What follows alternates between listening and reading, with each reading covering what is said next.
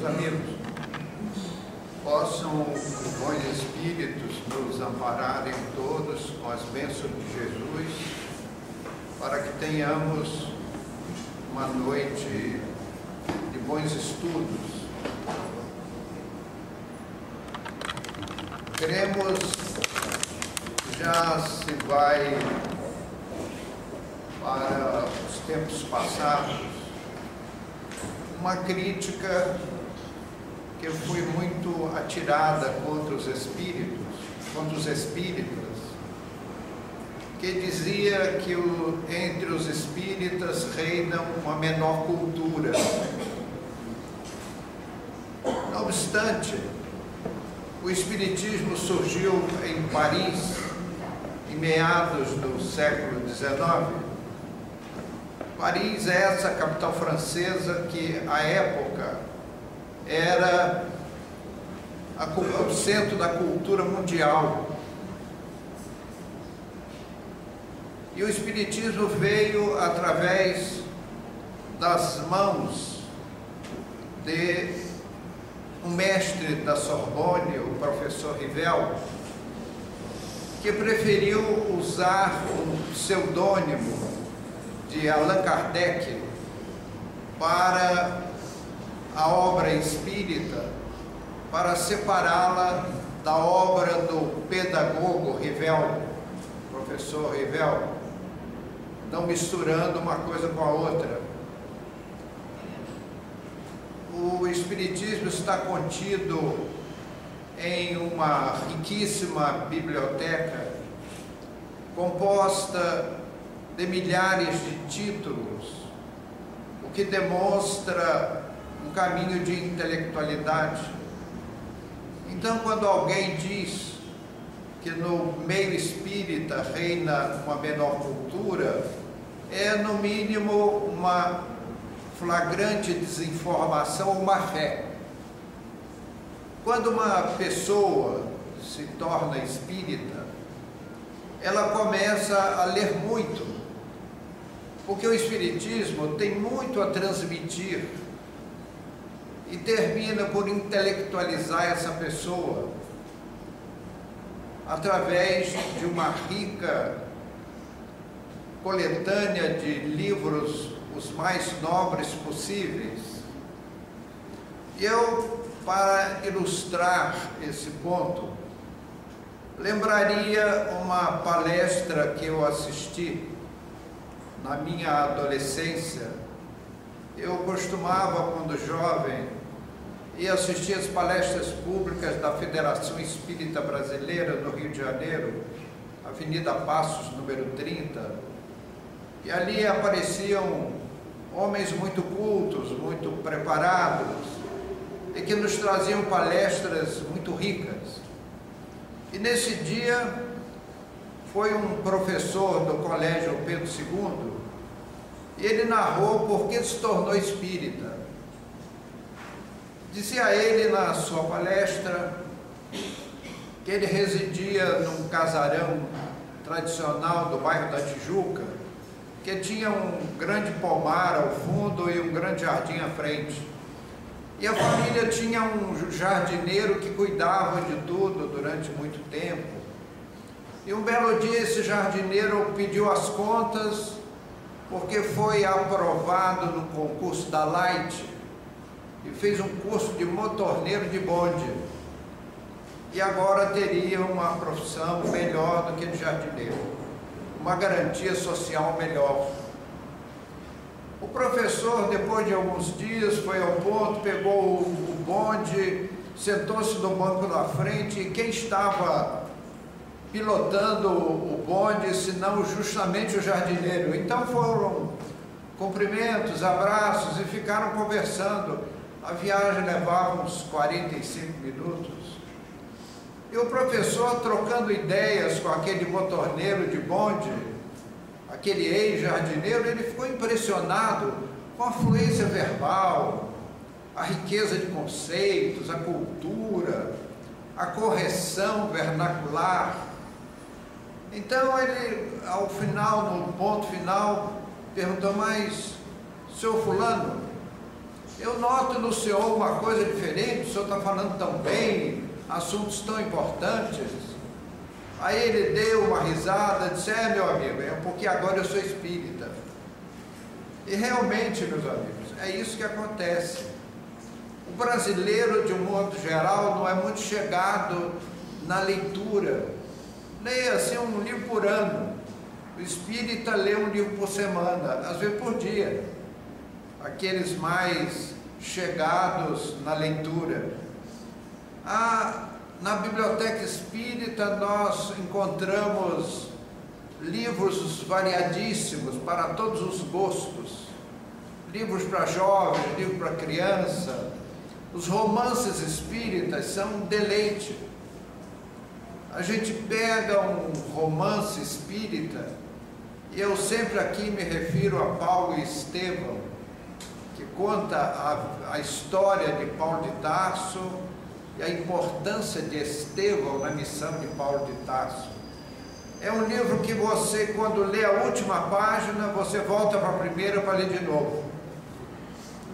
Esses livros foram escritos muitas vezes por espíritos que, quando homens, foram brilhantes escritores, como Camille Flammarion, como Leon Denis, como Leon Tolstói, como Victor Hugo, como Humberto de Campos e tantos outros, que enriqueceram as letras espíritas com seu talento.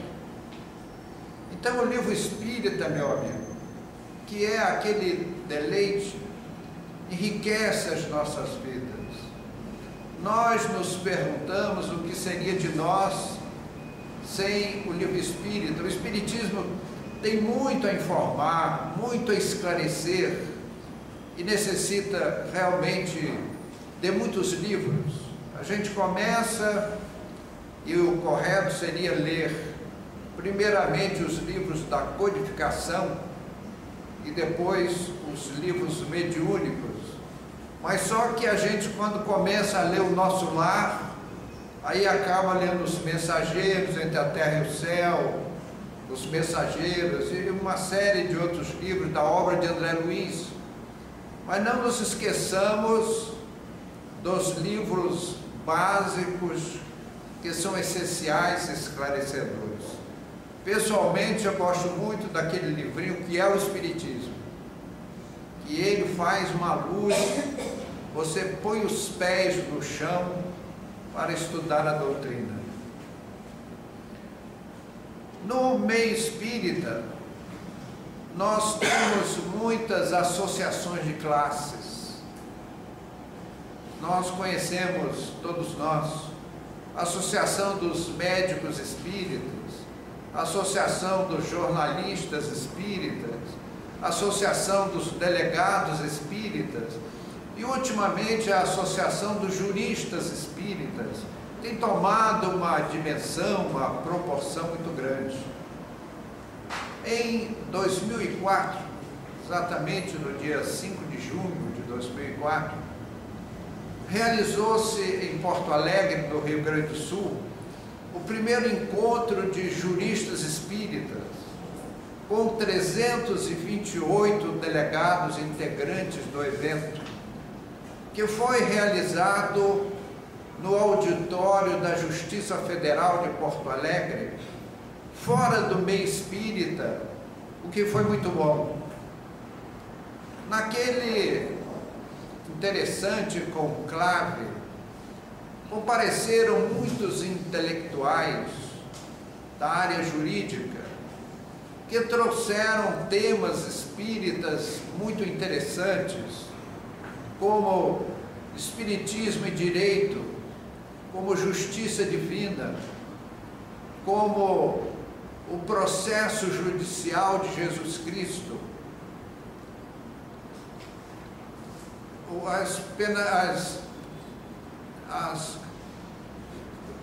as coisas feitas por adolescentes, infantos juvenis, os crimes cometidos pela infância e juventude, que tanto nos estarrece. Então, esses juristas fizeram belas explanações a respeito desses temas à luz da doutrina espírita. E foram eles que ilustraram aquele congresso, dando-lhe o aspecto cultural que dele era esperado. Nós não estamos com esse propósito tentando dizer, e nem pensamos nisso, nem tivemos esse propósito, de que o movimento espírita destina-se a intelectuais, mas queremos dizer, em claro e bom som, de que o movimento espírita, a doutrina espírita, pela sua racionalidade, era capaz de atrair, conquistar adeptos em todos os terrenos da cultura, da educação e da sociedade. Até os intelectuais se sentem tocados e atraídos pelo movimento espírita, pela sua lógica, pela sua racionalidade, pelo seu bom senso, porque o Espiritismo faz luz em nossas vidas. Nós passamos a compreender com racionalidade, com lógica, o que estamos fazendo nesse mundo, de onde vimos, para onde iremos, o que estamos fazendo na Terra.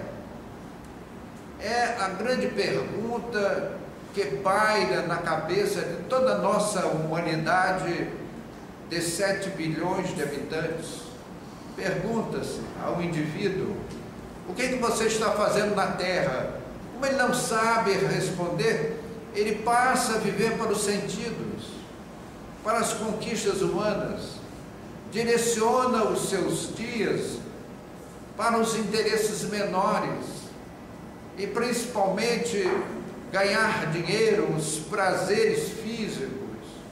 É o império dos sentidos em nossas vidas por falta de diretrizes espirituais.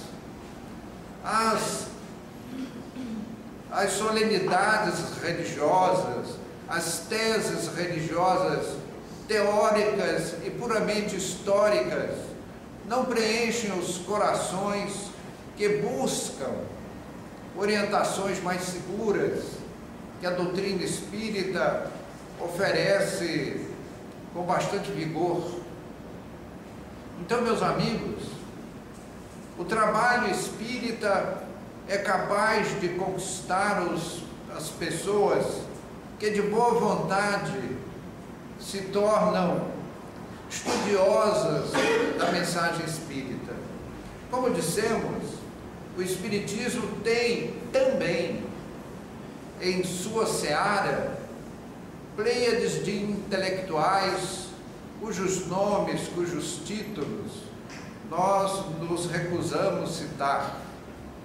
Mas naquele congresso espírita de Porto Alegre, aquele primeiro encontro jurídico espírita do Rio Grande do Sul, lá nós encontramos 328 delegados, promotores públicos, pedagogos, advogados, secretário da OAB, juízes, tantos intelectuais que emprestaram ao evento um ar de intelectualidade muito esperado de um conclave de jurídico espíritas.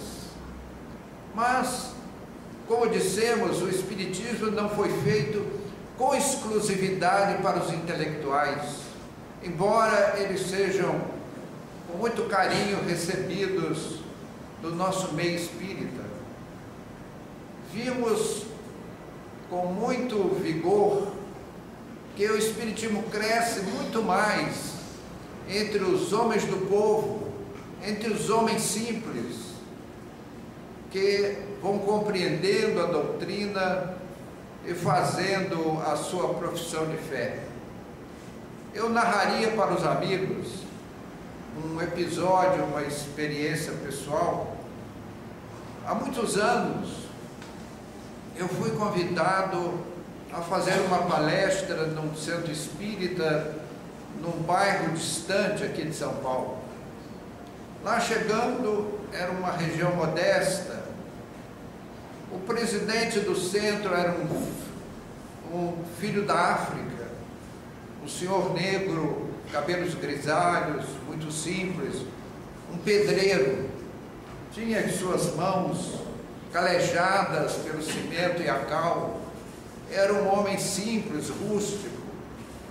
Eu deveria começar a falar às 8 horas, e às 7:50 ele abriu os trabalhos e começou a falar da personalidade de Amélie Boudet. E eu fiquei assim, pasmo, de queixo caído, como um simples pedreiro, um homem rústico e simples, fazia aqueles belos exórdios a respeito de uma nobre dama francesa que foi a esposa de Allan Kardec. Então nós ficamos assim, embevecidos. Quase dissemos àquele senhor: meu senhor, cancela a nossa palestra e o senhor continue falando. Então vejam, meus amigos, o que faz o Espiritismo pelas pessoas em termos de cultura, em termos de intelectualidade. Nós não buscamos a intelectualização espírita, a cultura espírita, com a intenção de nenhum pedantismo, de nenhuma arrogância. É aquela informação, é aquele fluido de intelectualidade que nos chega ao espírito naturalmente. E era aquilo que dizia aquele professor do colégio Pedro II, onde estudei na adolescência, sobre a razão que o levou a se tornar espírita.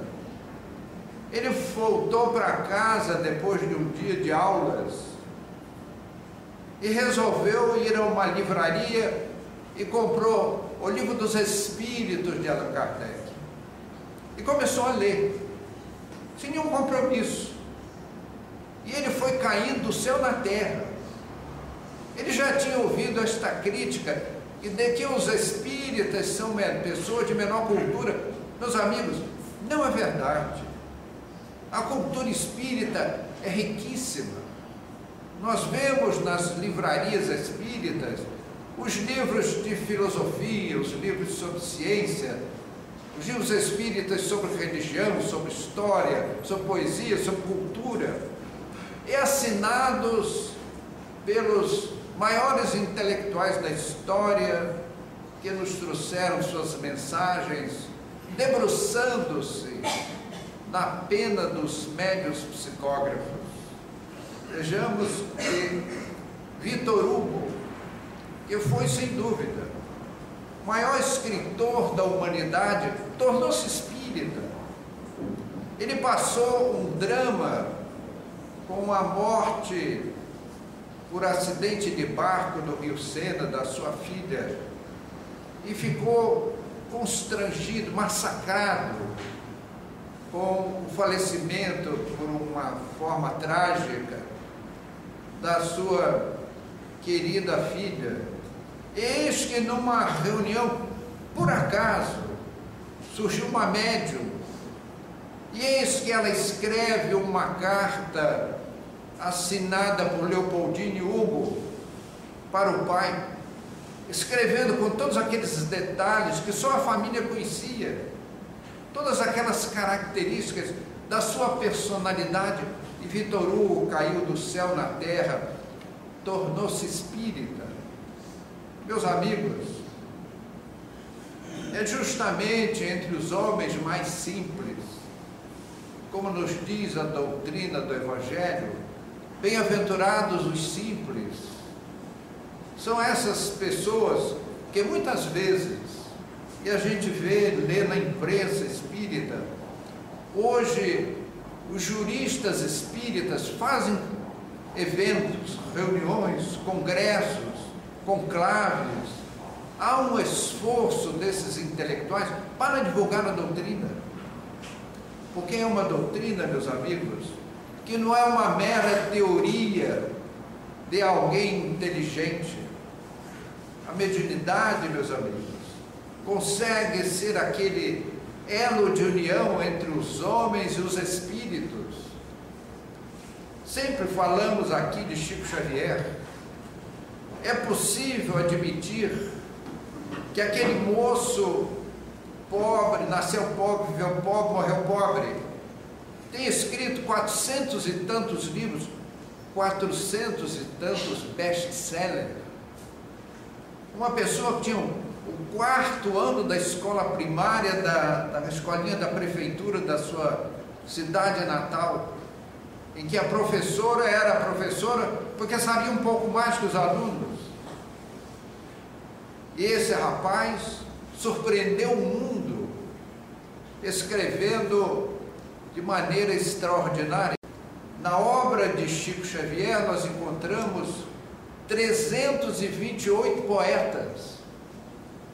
Então eu prefiro acreditar que 328 poetas, os maiores beletristas das letras luso-brasileiras, escreveram pelo Chico Xavier, do que achar que o Chico tinha capacidade de escrever à la manière de, para gastar o francês, a maneira de 328 intelectuais, os mais brilhantes do mundo.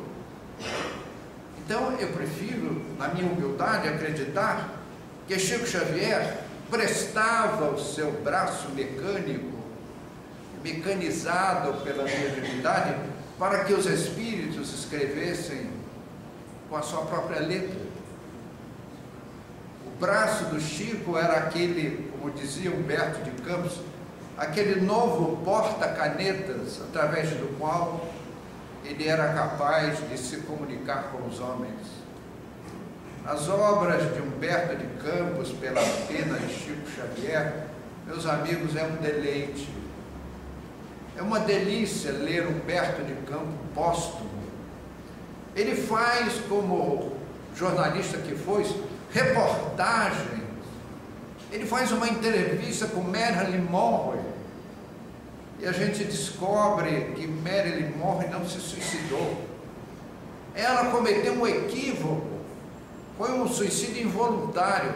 Ela tomou remédios em quantidade exagerada que lhe levaram à morte. Ela não queria matar-se. Foi o uso de medicamentos em dosagens inadequadas que tiraram sua vida. Então, Humberto de Campos nos leva a visitar os túmulos, os hospitais, os albergues públicos, as casas, os centros espíritas, entrevistar aqueles literatos desencarnados. Meus amigos, é preferível que os companheiros peguem aqui na nossa biblioteca os livros de Humberto de Campos para deleitar-se. Então, como dizíamos, meus amigos, diante de tudo isso, aquelas pessoas que combatem o espiritismo usando expressões mentirosas, dizendo do espiritismo aquilo que o espiritismo não é. Aliás, muitas vezes coisas das quais o espiritismo é o primeiro a negar, com esclarecimentos lógicos. O espiritismo tem a sua força na reforma íntima que promove junto aos seus seguidores. O homem torna-se melhor ao se tornar espírita. Ele é chamado a um voluntariado espiritual. O espiritismo respeita aquelas pessoas que querem simplesmente comprar um livro e se deleitar na sua casa.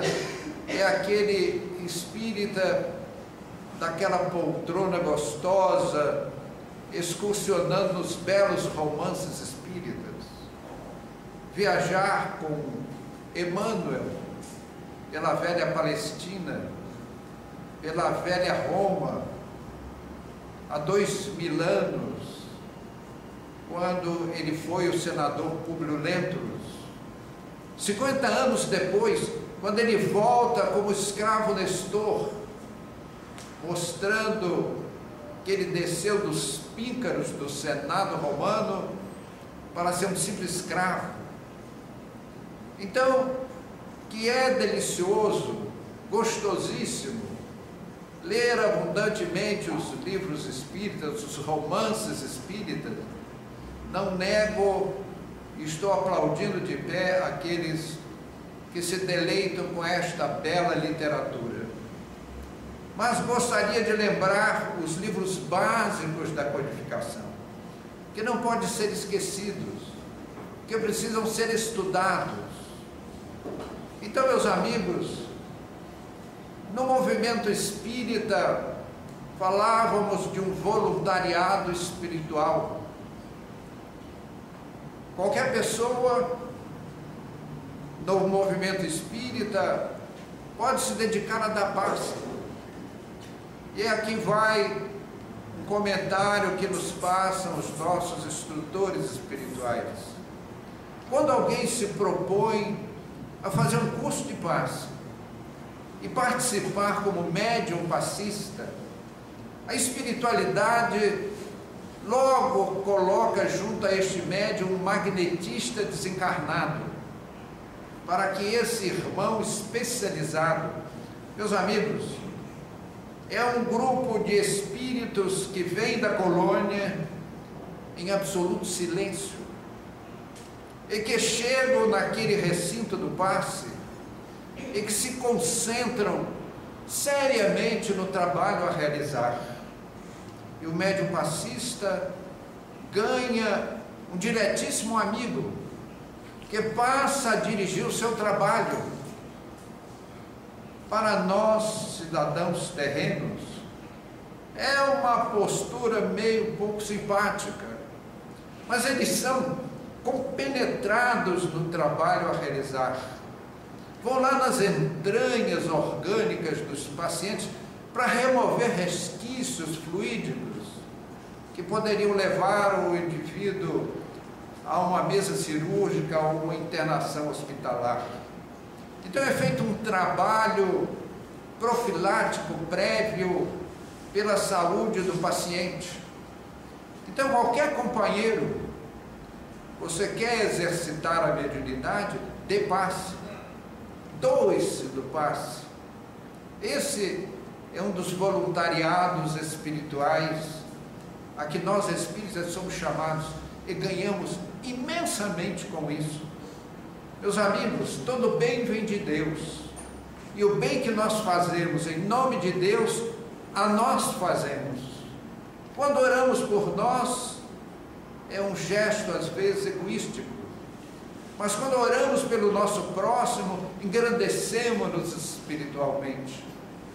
Mas há aquele que prefere cuidar da biblioteca espírita para oferecer livros gratuitamente. O espiritismo não tem qualquer objetivo comercial.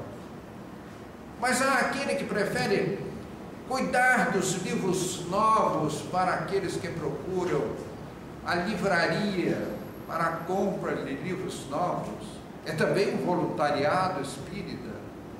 Aqueles que fazem o chamado atendimento fraterno. Eu nunca esqueço, há muitos anos passados, eu fui procurado por uma senhora morena, de negra cabeleira comprida, olhos escuros, e ela via os olhos vermelhos de lágrimas. Tinha tido uma altercação com a filha rebelde terrível, e estava a ponto de dar cabo da vida, porque não aguentava mais a rebeldia da filha. Então ela veio e desabafou aqueles sofrimentos todos. E meus amigos, é a caridade de ouvir, de compreender, de respeitar a dor do nosso semelhante. E aquela senhora saiu muito mais calma, porque arranjou alguém para pôr para fora. É o chamado, é o voluntariado do atendimento fraterno. Aqueles que nesse voluntariado, cede o seu corpo para apaziguar os espíritos sofredores que vêm à casa espírita, muitas vezes em situação de grande desespero espiritual, de grande perturbação espiritual, e nós damos um valor imenso a esses médios incorporadores que servem de ponte para o despertar espiritual desses grandes sofredores, aos que falam, aos que escrevem, aos que proferem conferências, àqueles que são doutrinadores. Então, meus amigos, o voluntariado espírita tem começo e não tem fim. Nós somos chamados a participar de congressos, assistir palestras, participar de conclaves, além de ler os livros espíritas.